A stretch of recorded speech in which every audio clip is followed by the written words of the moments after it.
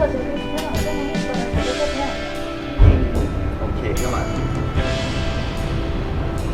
Thì con bên của chả này. Vậy đi à? Đấy à? Con bên của chả này. Cũng xịn đấy. Đây là tour smart. À thế thì sao? Cái này. Bố thế để ra bên cái gì đó kiểu không biết đó. Cảm ơn hai. Do bên cái này là một cái xin được không? Tao thế nào? Đầu tiên là chuyên gia.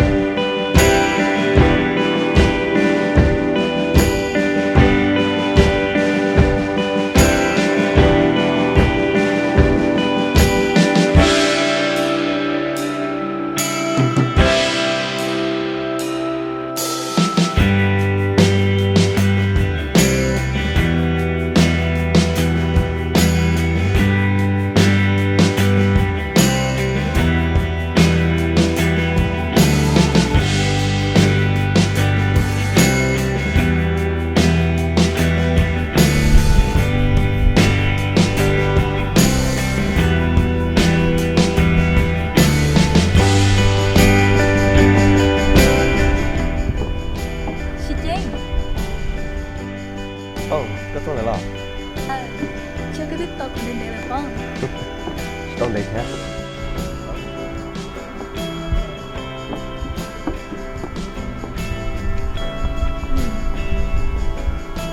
Chị Trinh. Dạ, Dung Ly cứ nhiệt cái nên giờ cái lại nè. Cô là cô nhẹ nhàng như vậy thế. Cứ thế này là. Cái số thật của lại. Chị đã. Giờ đi chị. Giờ chị tao lại, giờ chị tao thế à? Của tôi đã là của cha của tôi con ra của mồ. Oli kia. Cái gì tao nhớ kể xem. Con giờ con luôn á.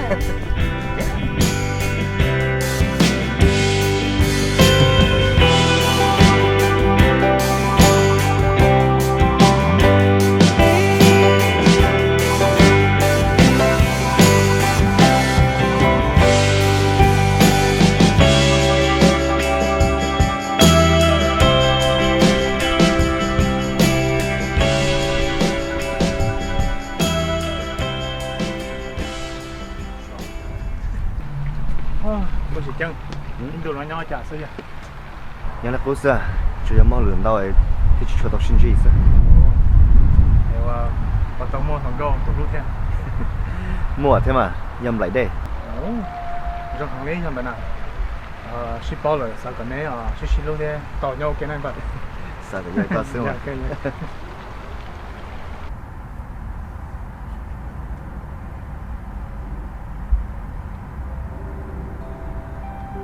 Hello, Dạ ông, cái gì không? con nhớ đi cha là. Nhớ rồi mà, cái này Con nhớ sang theo, tôi xin nó có bậc không đó. cũng không mà, có cái gì không? Nếu nó có sao, ô xí có bậc cả tuần đó có xí thì nó nè. Tao mà, xin chị thằng này. Khó cho bố sao? Được, xin chị.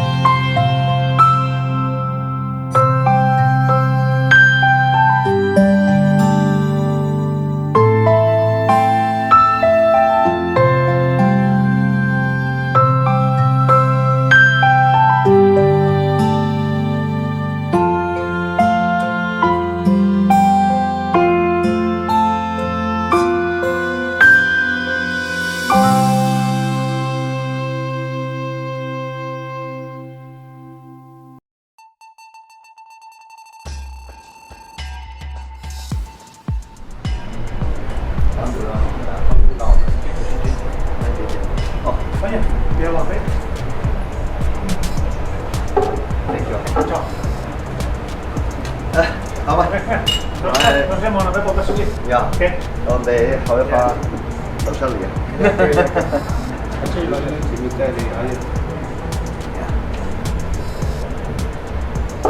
cái gì?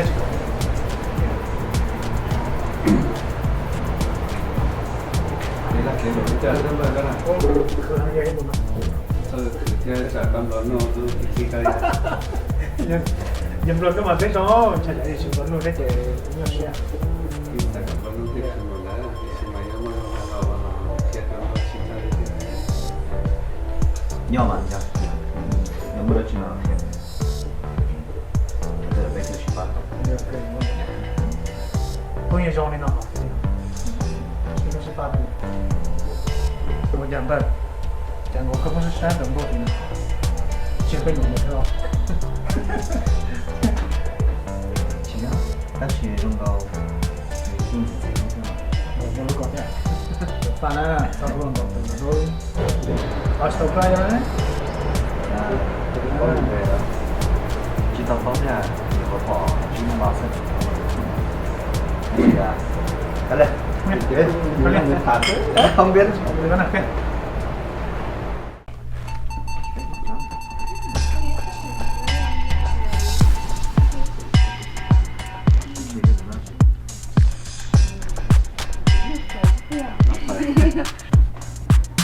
ước tí nữa cho các bạn kia là Red Rose hoặc Happy Happy kia là thay thì cho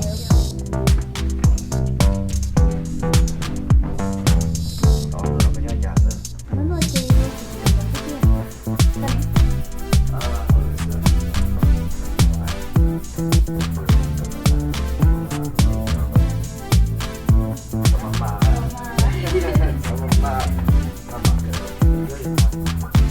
Dạ, nó nói chị nó đi bao Xong đó mà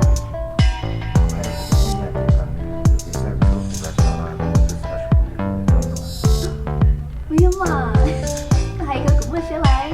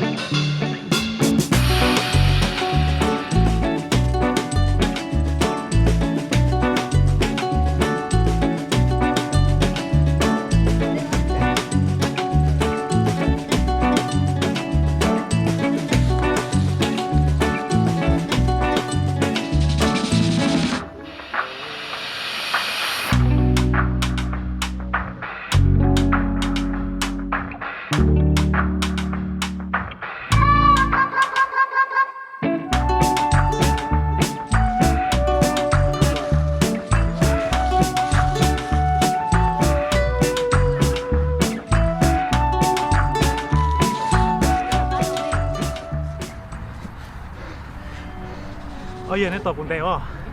ồ cái chuyện rồi à Rồi đó mà ta. Chắc rồi. có Nếu tôi nói chúng tôi làm tốt lên. bé kia tổ tư lo cho bé tổ tư lo cho bé à tôi Ta rồi hiện tại. bây giờ bây giờ phụ huynh để ta một nói mấy cái chuyện bên nhà liền mấy cái nhiều phải cho cái nội dung chả mà Cái này có chắc. và tôi thấy là sự chẳng chế không có lý không sản chỉ bỏ tôi cũng nhớ đấy à để tụi cái nhiều họ dùng đi cha thế mà cũng mà cũng nhiều họ lo cho cái họ cái chuyện cái nó mà nó thì sao tôi từ lên đó là không thể sao ý dạng tôi thì cái thời gian họ lại thì bắt đầu vô Có thế à? chúng ta lên đó là đầu tiên quan niệm kỳ sau là tụi nó đã thích cái sống đó giờ giờ kì cái này mới có Lo cả hạt. เนี่ยพ่อเนี่ยตอนนอนกินได้ก็เนี่ยว่าเจ๊ยี่เสียไอ้ฮารุจุกันเสียซื้อโอ้แกอยู่ที่ปุ่นตรงนั้น跳แค่อยู่ที่นั่นก็เนี่ยไม่ใช่ยัง Cô chê cho kỷ niệm cho gió nhà lại đây sao ก็ซื้อ lên tới sức tiền ยองเลยยังไง ใส่เงินตัวน้อยเราเป็นเงินหลอกตาเลยนะบ้าน ยังอะไรยัง Dòng กันเลยโอเคไปยัง เราต้องเดินมา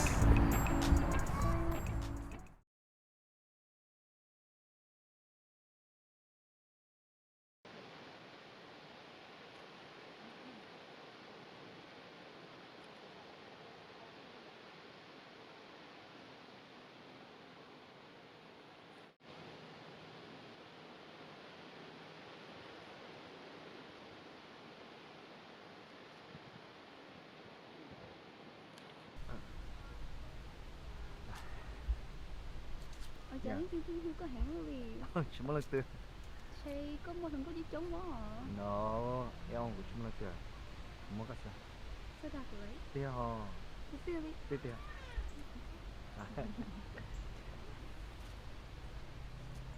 Nó mày đừng có tiêu đi à.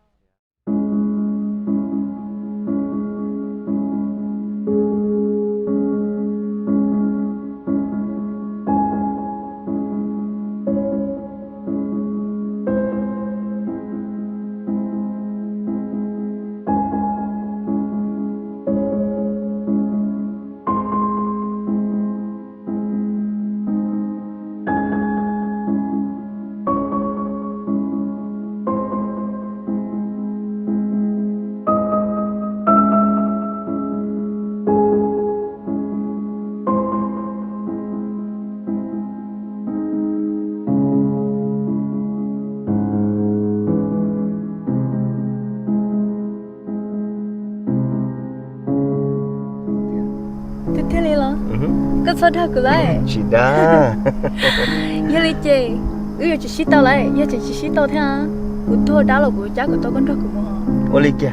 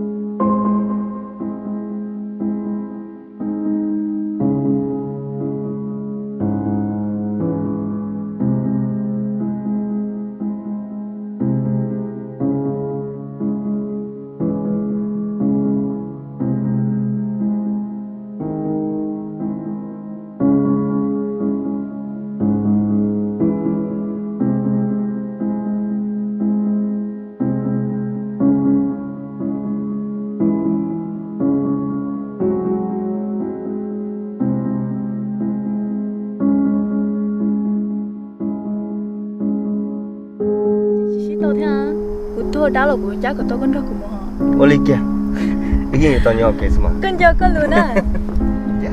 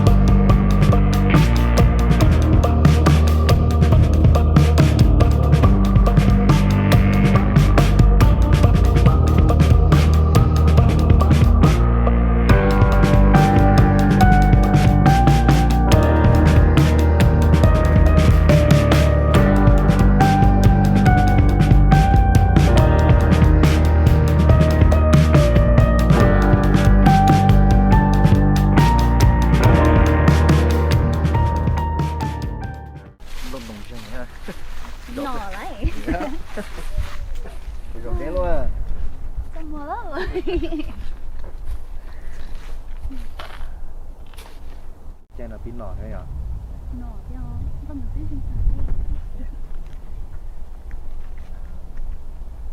What's your favorite season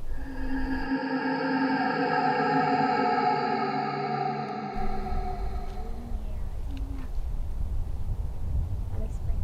Yeah. I actually really like spring. oh yeah Ờ, cứ nếu như nó giờ với chứ gì đó là springtime nó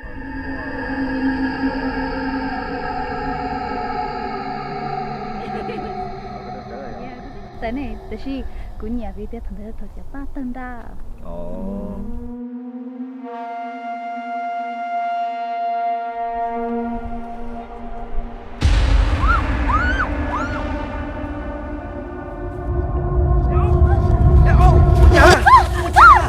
lại đi lại đi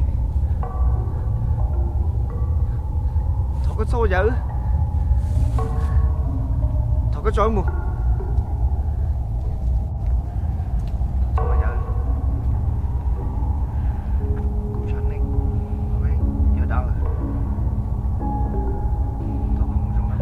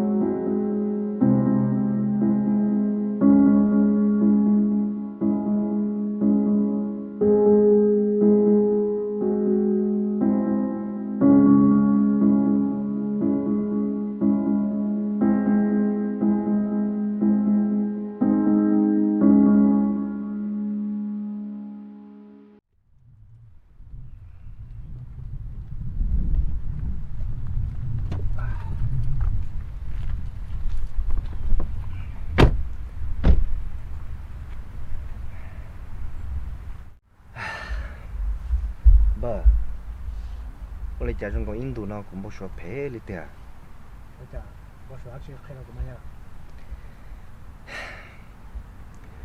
cũng phải một số bom lại để tạm lý sư cho lý bút thầu ước chuyện chừng xí luôn bom nên một tạm bằng lý cho lý nữa là to cả tàu của một lý sư để mong cũng chỉ là mà cũng trai hình để mong cũng chỉ là mà cũng khó sức khó sức mỗi lần tập thế cái coi chuyện bơ lo thì nó cho một số đau xưa cho sản đau vậy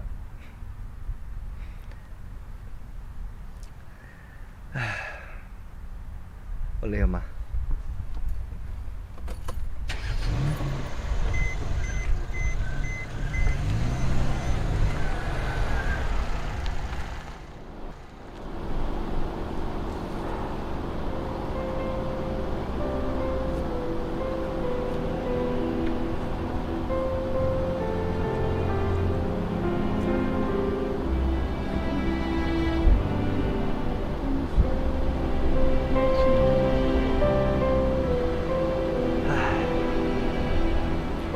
包，那是我哋仔度那佢有冇上皮嗰咧？係啲啊，問啲有叫個當公司。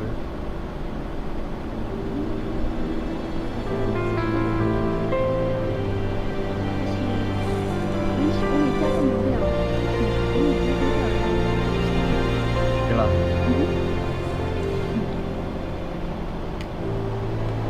唉，那个男的，冷水，累，两个都两个人。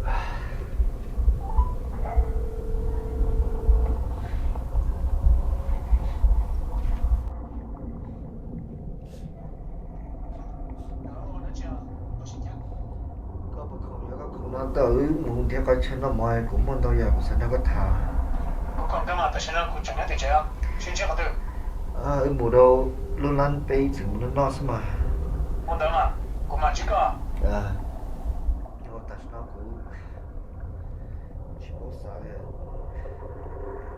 tao mót thầu cái gì họ tới chơi mà tôi xin nó mà tôi cũng chỉ bao cũng chẳng tôi tìm lại đây lúc trẻ cô Oli nhớ tôi thì có cũng mà tôi xin nó nhá nhớ thì có tao cũng đấy muốn đâu cái mà chỉ có bye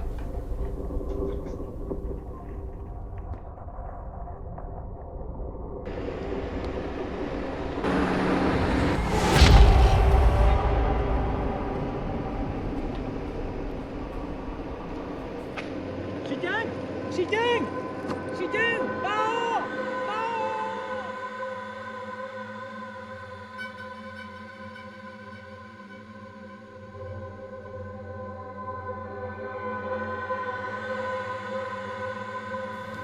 Chị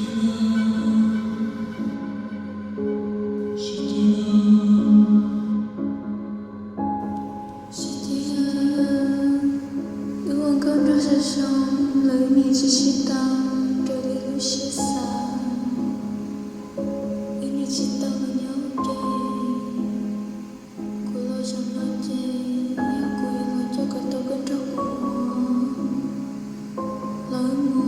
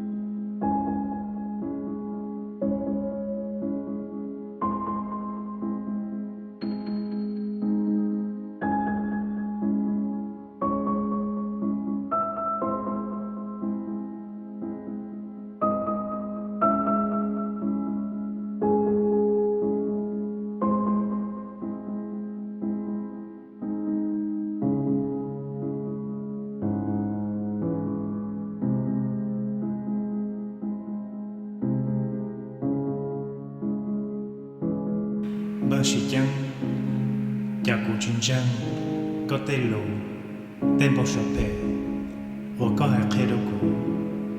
Nhà cụ chân chê, tứ chỉ mua tay tăng mạng, bè chữ xì, lý nó cho có tụ khăn.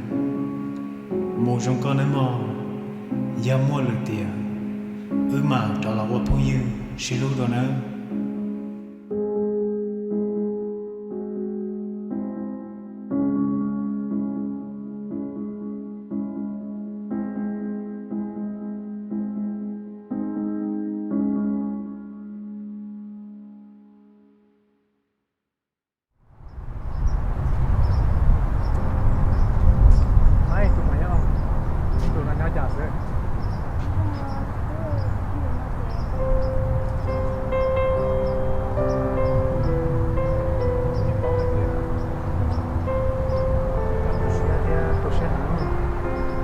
Vì đó họ sẽ chẳng tôn giả bé một lỡ cho cái cho nó xa thì tới rồi thấy dù chỉ ăn đã xin cỡ tía thì cái chỉ tao nó xin cỡ vậy tao chỉ là ok đó là cho cái cho nó sẽ lo sắp được sẽ lo giờ cũng ăn giao thế cho mình sang cái quên rồi muốn cho tao thì chính đấy sư có nhiều đôi xe thế còn là bán nữa bây giờ nó có sẽ lo nữa thì cũng mua nó ít nha có mà là sao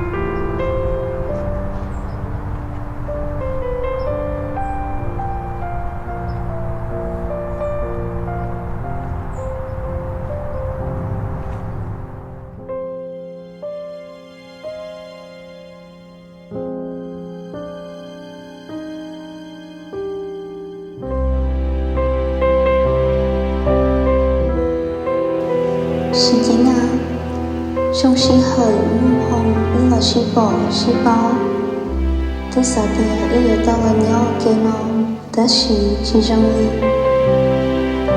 cha ước chỉ mong hồng là nhau và xin mong gửi để lưu sự xa, nhưng chỉ của lưu chân cho có hình như ở時間。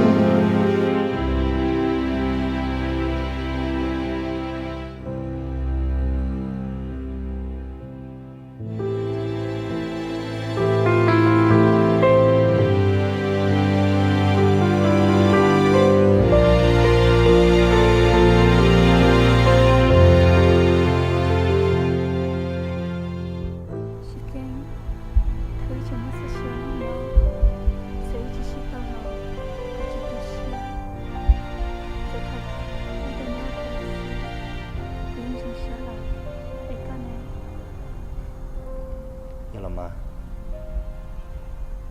chuyện ít tôn ra nâng để tê và nâng nhỏ là thầu cơ của tôi là nhỏ ít luôn tôi chia thế cũng rồi sao cứ lấy giả theo nhưng giờ chỉ muốn nuôi ở xin đâu xin chăng của lúc con thế cũng là lúc con một cái tay gì